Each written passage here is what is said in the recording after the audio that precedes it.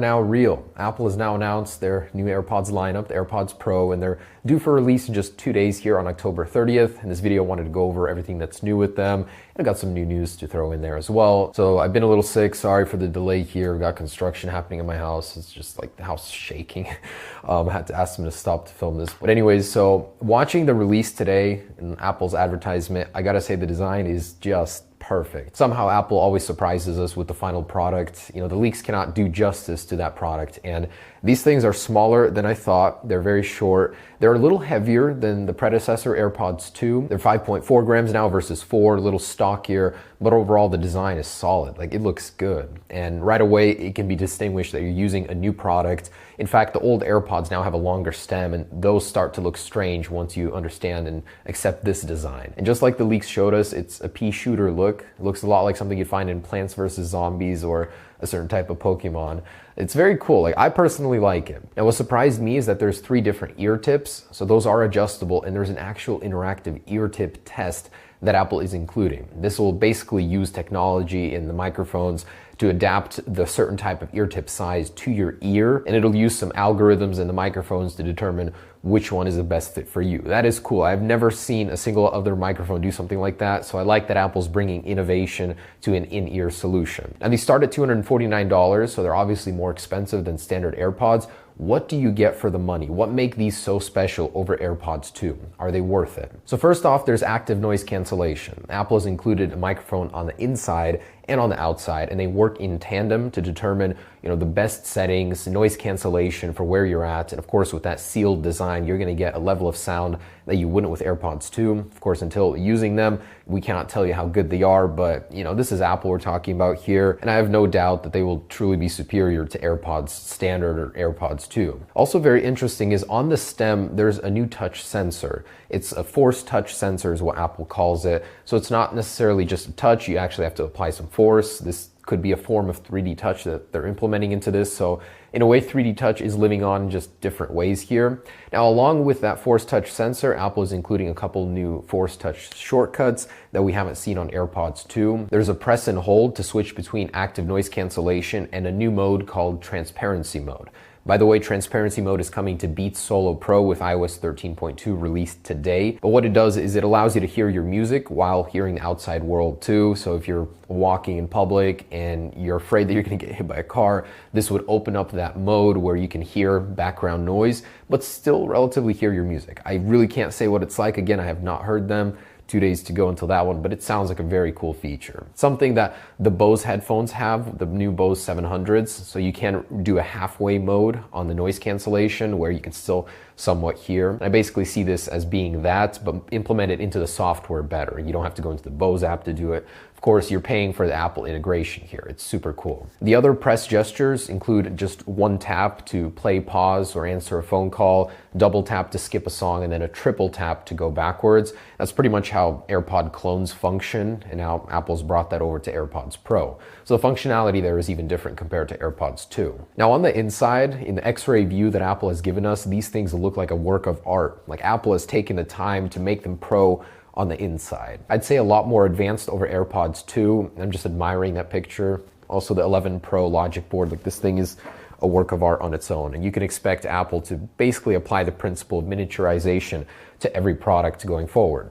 Now, these AirPods Pro are the first to have a system-in-package chip. This is where everything is on one chip, which optimizes things, makes it more efficient on the inside. All of the components aren't scattered like on AirPods 1 or 2. Now, these also have the Apple H1 chip inside on this system-in-package chip, so you can expect relatively similar results to the AirPods 2 in terms of performance and speed. I'd say the biggest reason that Apple did this was to maximize space inside of the AirPods. It's a very small form factor, even smaller than standard AirPods, so that gives them the ability to do the biggest battery possible on the inside, and I'm really looking forward to the teardown by iFixit. Are these using a similar metal-shaped battery as the Series 5 Apple Watch with 40 millimeters with the aluminum enclosure? Because I don't recognize the battery in their teardown picture. Apple has also added a sweat and water IPX4 water-resistant rating to these new AirPods Pro, which means they're not submersible, but you can be splashed from any direction. essentially go running in the rain or have a heavy workout without any fear of damaging the actual AirPods. And as far as battery life, they're exactly the same as AirPods 2 with active noise cancellation turned off. As soon as you enable that feature, battery life goes down to 4.5 hours on the actual AirPods.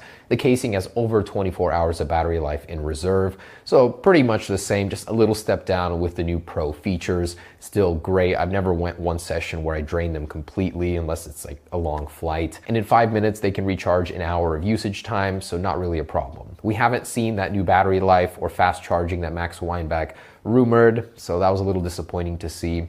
Also in the box, Apple is including a USB-C to Lightning cable, which is interesting, but considering that the new iPhones come with that USB-C block, it makes sense. The fact that it has Lightning, what does that say about the 2020 iPhone?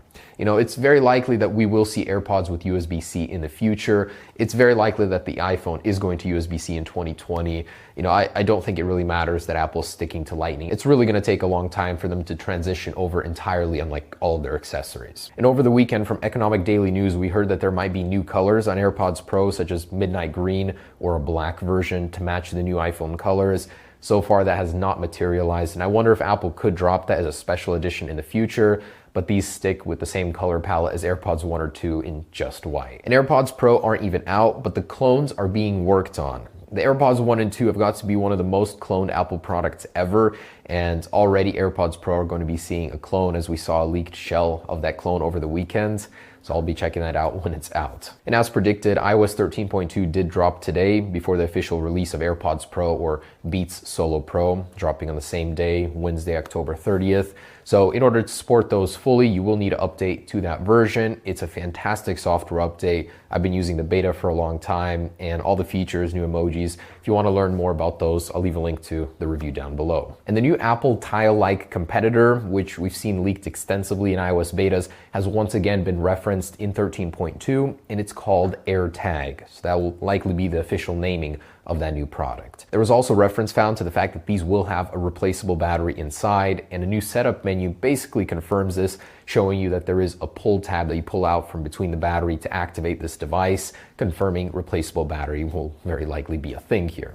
I'm very excited for this product. You know, I like Tile, but this will be integrated in iOS perfectly. I'm excited for that. Now, as for release, there is speculation that we might be seeing products dropped every single day of the week like we did last year, as Apple's going to have this very fun release week. So we might see this new Apple AirTag, the Mac Pro final release date dropped too, and potentially new smart battery cases, which have also just been shown in iOS 13.2. So the new images basically confirm Apple is releasing these for the 11, 11 Pro, and 11 Pro Max. They look identical to the older ones, so we should be seeing those here fairly soon, if not this week, you know, very likely by end of year. And Apple also pushed out an update for iOS 12, 12.4.3 with security fixes. It's simply amazing that they're still supporting older phones like the iPhone 6 down to the 5S and all the iPads with the latest security fixes, unlike Android, you know, forcing you to get a new phone just to have the latest security. I respect Apple so much for that. And a couple other reports regarding future iPhones, which got me very excited.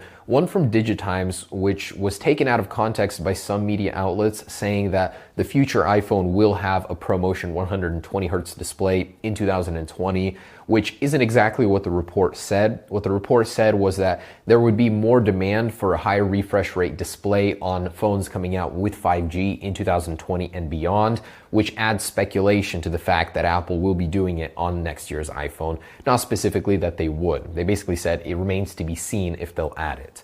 But we did hear earlier from Ice Universe that Apple was looking into a 120Hz display, so one can hope. It's certainly technology that's not impossible anymore. It just depends on whether Samsung will be adding or creating those displays, or will Apple have to seek out other suppliers to add it to the iPhone. So not only could future iPhones feature a ProMotion 120Hz display, the ELEC is claiming that Apple will be adding an LTPO display to upcoming iPhones, which is the same display that the Apple Watch Series 5 got in order to enable the always-on display mode. So essentially, it's a variable refresh rate display, which would perfectly tie in with the rumor that ProMotion is happening, but they're not necessarily needed to work on their own. So this would enable a refresh rate from 1 to 60 hertz, and you need a 1 hertz display in order to run an always-on display. This would essentially allow for complications on the iPhone. You know, much like the Apple Watch has many apps that work in an always-on mode. I would love to see that on the iPhone. And I'm truly excited for the future of software on the iPhone. Man, Apple is killing it. I seriously don't even recognize this company anymore with the amount of innovation they've been doing recently. They've simply outdone any of my expectations for them. So I'm excited for 2020 more and more.